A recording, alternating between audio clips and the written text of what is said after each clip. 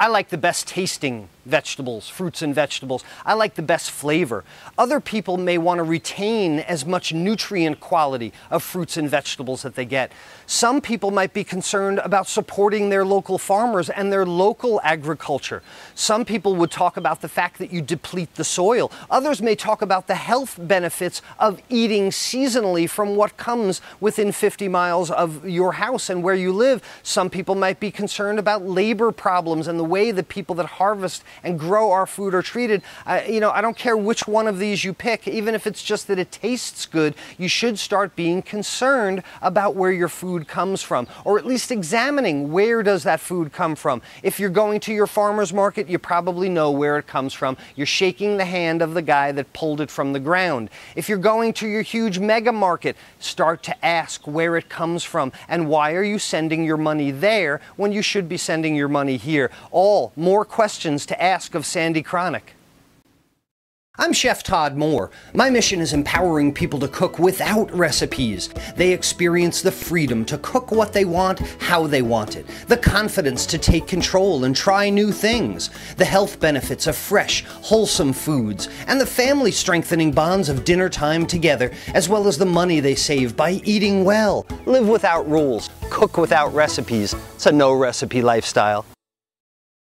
Well, it sounds like you're strengthening the industry, not just trying to find a quick market for farms. Do you find that this keeps prices steady in some regard, that you control so much of it? It goes back and forth. The key thing about us is that we are not influenced by some weather crisis happening in the, Napa or Yucca Valley or Chile or wherever the, bulk of that when you see red broccoli is coming out that week or whatever it might be, the idiosyncrasies of what affect produce to be stock market style of pricing is not what affects us here.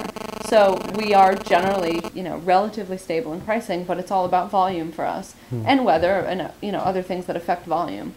But, we try to base our pricing on what's a good, fair return to the farmer and what we know is competitive for our customers to be able to, in turn, sell. We want it to be consumed. We don't want it to go to waste. And we're not trying to make a joke of organic produce. We want it to make an impact. So it needs to be affordable for real people to buy. But we also recognize that all of our customers along the chain also need to make their margins. So. Well, it's family business. It's not family hobby, and farming is very hard work. And, this is the bridge that I'm trying to create, because my first goal is to get people just to cook. Just stop eating anything with a list of ingredients and prepared in 2 seconds. If it's quick or a long list of ingredients, it's horrible. So, even if I can get people just cooking at home, but then the next bridge is, for me, yes, and I think the objection that a lot of people would say is, that's for hippies. Even if I don't care about the planet, forgive you. Even if I don't care about biodiesel, even if I don't, from a chef's perspective, and I do care about those things, the flavor of a strawberry that's grown locally versus those California strawberries, the flavor of a tomato that was actually green before they injected it or waxed it or gassed it and drove it and bumped it and bounced around in the truck. I came back from Tim Bass, and that was one of the things that he said, like, I was, why is your tomatoes better? Well, they don't get bounced around in the truck. They're not bruised. And then people go to the grocery store and they think as if these things are created in a factory. I've seen people pour over a tomato for 15 minutes because there's a little bruise on it. These are natural items. These are grown by the local farmers. So my long way around that question is, if you don't care about the biodiesel and you don't care about the planet, how about the difference in nutrients? Have your farmers ever done studies? Has the group ever done studies in just, beside the flavor, but getting it as close to when it was picked? There is some good research that's come out, certainly not from ECO or any of our farmers. We're not doing research on that, but there has been some interesting research comparing side by side a conventional orange with an organic orange and things like that. But I think largely, beyond just the organic versus conventional debate, it's a freshness issue. And if you're not waiting until that item is ripe, until you harvest it, then they're being deprived of nutrients and, all the water and all the sunlight, everything that goes into their flavor is also, a nutritional factor as well. It's the next step. If sure, or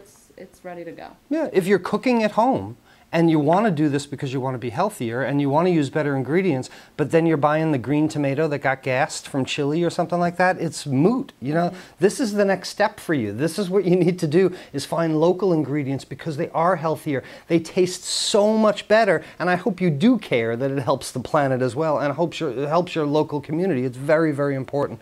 Sandy, I really, really appreciate you explaining it. I want to do so much more exploring of all your farmers. Cool. Can you point me towards some people that I can go talk to that are actually practicing these things, that actually day by day are working hard to get wholesome, nutritious, excellent tasting, bright red, deep green foods to our people? Can you point me towards some of them? Absolutely.